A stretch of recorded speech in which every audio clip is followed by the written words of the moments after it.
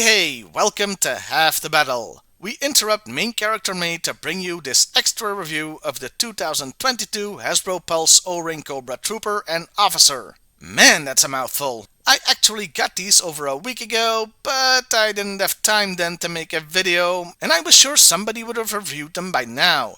But apparently that isn't the case, so I couldn't resist the opportunity for the first and probably only time ever to be the world's first toy reviewer to talk about these. Let's start with the box. Well, that's hugely disappointing. Just a plain brown box. There's like no effort put into it. Oh, okay, that's just a shipping box. The actual packaging is much nicer. It's green with a painted on handle on top and an extra piece on the bottom. More on that later. So they're going for a military storage box look, I guess. But since this is a Cobra set, it would have made more sense for it to be blue. The big attraction is the artwork, which features the trooper and officer in a forest environment. It looks pretty nice, but I've got two notes. While the trooper looks fine, there's just something weird about the officer's face. Well, the part you can see anyway. He almost looks like an alien. Secondly, they're holding the wrong weapons. The officer is supposed to have the AK-47 looking one, while the trooper should have the sniper rifle, as that's the accessories they've always had. Though I'd personally argue that this is the first time they ever got it right. It never made sense to me why the trooper, the lowest of the low in Cobra's ranks, would have an expensive specialized sniper rifle, while the officer got the bog standard generic gun. It should have been the other way around from day one. Anyway, the back of the box has a similar version of the artwork, though it's cut off at the knees. That's because most of the back is taken up by product warnings in 26 languages. 26 frickin' languages! Which is ironic, considering Hasbro Pulse only ships this set to like 4 different countries. No, I'm not bitter or anything.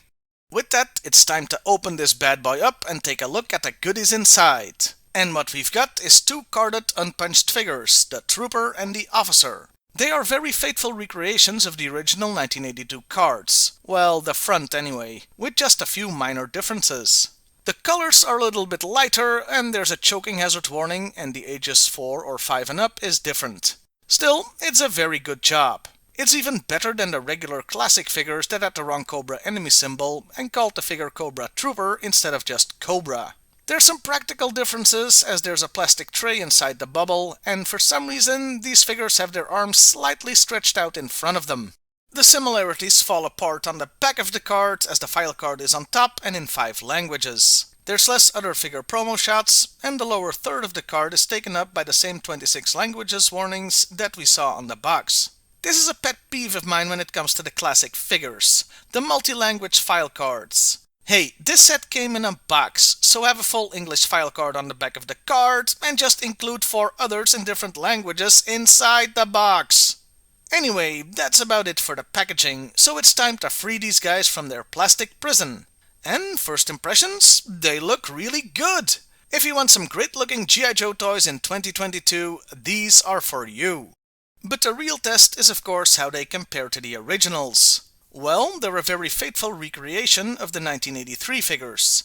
Yes, 83 because they have swivel joints at the elbows. I'm glad they didn't go for total authenticity and remade the straight arm versions. There is, however, no danger of them being mistaken for the originals, as there are differences. The most obvious ones being the color and the type of plastic used. These figures are a lighter shade of blue than the originals, and the plastic makes them far less glossy too. One small little detail is the rivets in the shoulders. They are flat. It's kinda weird to see. And speaking of weird, the trooper has a smaller screw hole in the back than the old figures or even the modern officer. I'm thinking some of these body parts are new molds cast from old figures, not the original molds. Like the hole, another clue is that the thumbs are thinner and shorter. Also, there's a stamp on them saying they're made in Vietnam, not China or Hong Kong like the first versions. They also have a serial number on the leg, because collectible, I guess. When it comes to the accessories, they're definitely new molds. This is especially obvious with the sniper rifle, as while it still looks good, it does look a little too thin. Makes me worry I'll break it by looking at it funny. And speaking of accessories, while the figures came with just 1 weapon each in the blister, just like the originals, that's not the end of the story.